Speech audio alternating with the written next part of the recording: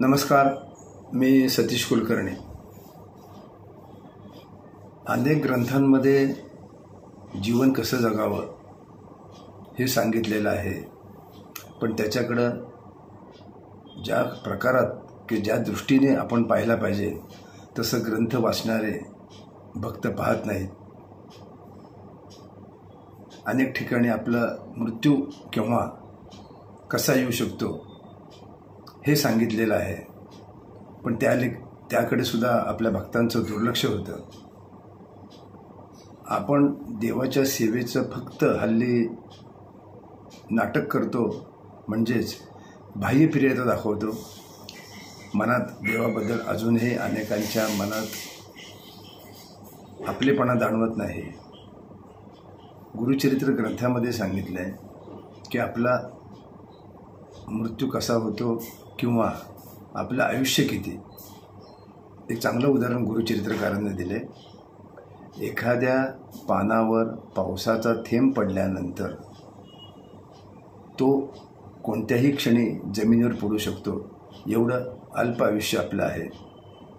पण आपण कोणत्याही गांभीर्याने विचार करत नाही, मस्तीमध्ये वागतो, अहमपणाने वागतो। देवाची तर सेवा सोडा, आपण मनुष्याची घरातल्यांची सुद्धा सेवा करत नाही। पण भाविक भक्तांना एक कळकळीची विनंती आहे, आपण या क्षणापासूनच चांगलं वागण्याचा प्रयत्न करा, सेवा करा। लहान असाल मोठ्याची सेवा करा, मोठा असाल तर तुमच्या समवयस्कर किंवा लहानांना सेवेची संधी द्या। देवाचं नामस्मरण वाचन वगैरे ते आपण करतोच, पण सेवेचा खरा अर्थ आहे परोपकार। तुम्ही जेवढा परोपकार करताल ते तुम्हाला भविष्यामध्ये फार फायदेशीर आहे। आज तुम्ही नात्यातील, खात्यातील, जातीतील, मित्रांच्या, मैत्रिणींच्या जे तुमच्या सहवासात येतात त्यांची उत्तम प्रकारे सेवा करण्याचा प्रयत्न करा। चांगलं बोला, चांगलं वागा, चांगलं आचरण करा।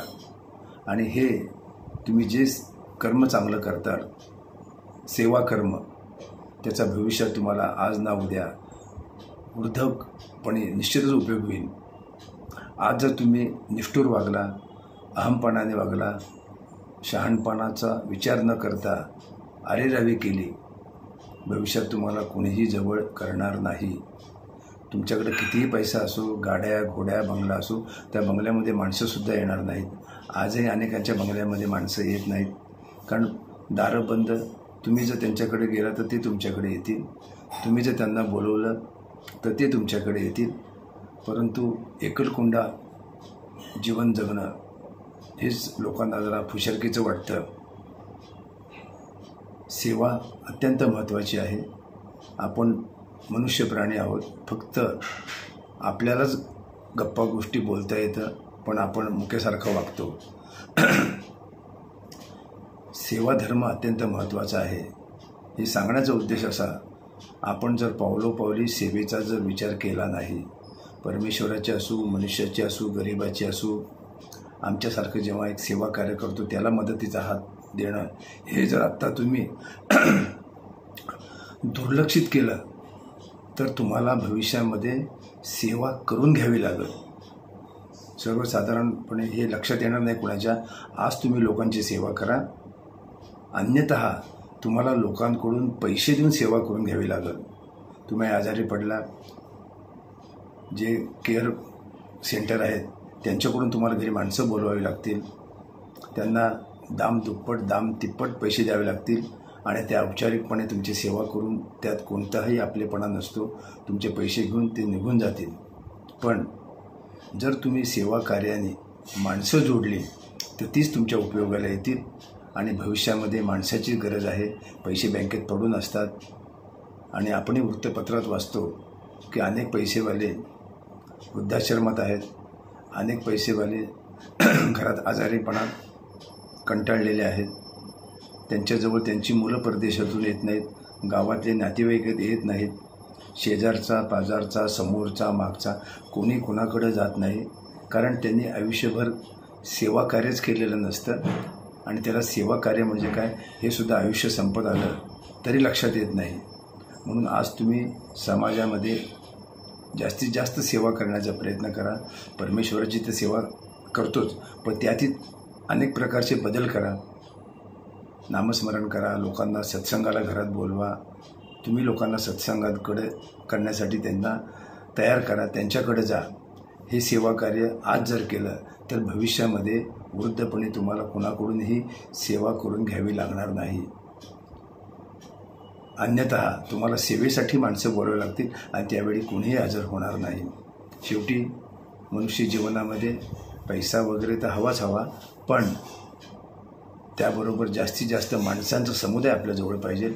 आज तो कुठेही दिसत नाही. लग्न कार्याला जावा, ठराविक माणसं आलेली असतात. अंत्यविधीला जावा, ठराविक माणसं असतात. घरात एकटेच असतात. फिरताना कोणी फिरत नाही. मोबाईल काढतात, कुठे एकलकोंड्यासारखं फक्त व्हॉट्सअपवर खेळत बसतात. माणसं माणसाकडे जात नाहीत, माणसं माणसावर बोलत नाहीत. भयान दृश्य आहे. सावध करावं. सुचलं म्हणून तुम्हाला सांगण्याचा प्रयत्न आहे. जर कुठे सत्संगाला गेला तर सत्संगात भाग घ्या, बैठकीसाठी जावा आणि घराघरात हे उपक्रम सुरू व्हायलाच पाहिजे. चहा पाणी नाश्ता, नंतर तुमचं सुख दुःख आनंद सत्संग नामस्मरण याशिवाय माणसं माणसाकडं आकर्षित जाणार नाही. आणि ते आल्यानंतर सेवाभाव म्हणून आपण त्यांना आनंद देण्याचा प्रयत्न करावा. आज त्यांची सेवा करा, उद्या ते तुमच्या सेवेला धावून येतील. नाहीतर तुम्हाला ती सेवा पैसे देऊन करून घ्यावी लागेल. हे सोपं नाही. याचा विचार करावा आणि आपलं उर्वरित आयुष्य चांगल्या दिशेने दशा न होता पूर्ण व्हावं अशी अपेक्षा व्यक्त करतो. नमस्कार.